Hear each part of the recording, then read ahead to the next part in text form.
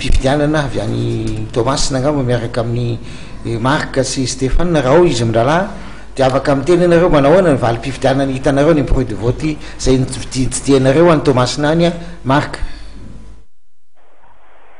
Amin'izao ora iresantsika zao dia efa manomboka manisa ary efa manomboka fatapatatra zany ny valin'ireo fifidianana tao anatina birao fandrasam-bato vitsivitsy.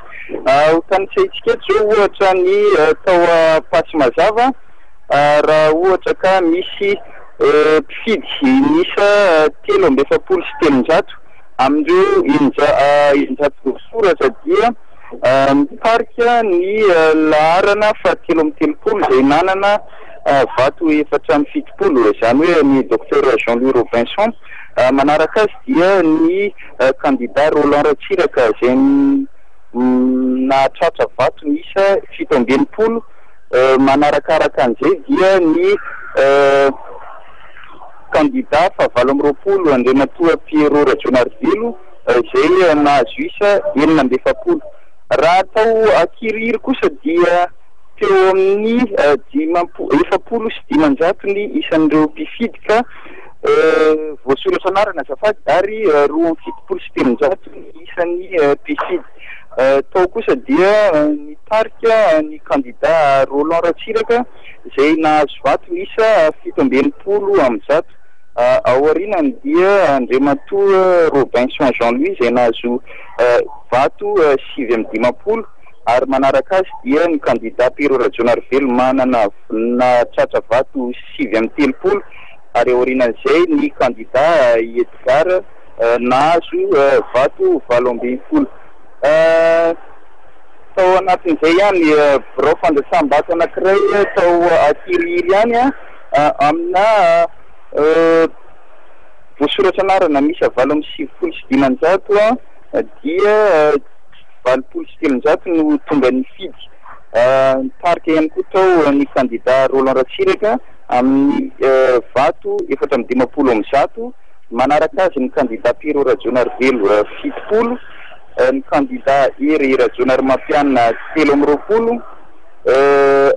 Tao anatin'izay ihany koa ny candidat Robinson Jean-Louis 2,20 ary ny fadimy ny candidat Edgar Zafindava 7,20.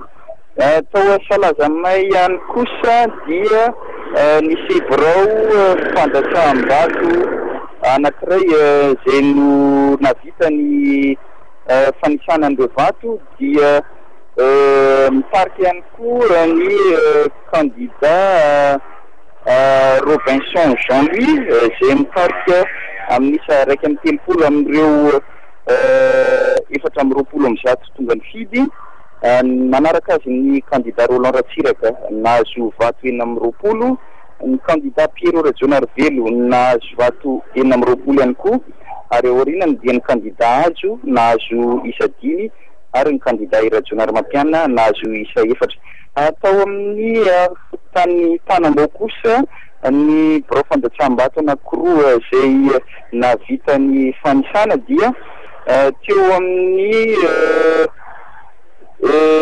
olona voasoratra anarana mpifidy voasoratra anarana 7,900 dia 3,700 amin'izy ireo no tonga ny fidy ka nitarika tao ny candidat Robinson Jean-Louis nitarika amin'isa 7,700. Manaraka azy ny candidat Roland Ratsiraka izay nahazo vato 13,20, ny candidat Pierrot Rajonarivelo nahazo vato 8,20 ary ny candidat Edgar Zafindava nahazo vato 7,20. Tao amin'ny fokontany tanambao ihany koa dia bureau de vote numéro 501 031 dia nisy efatra amin'ny eninjato ny voasoratra anarana. Nitarika ihany koa ny candidat Roland Ratsiraka tao amin'io birao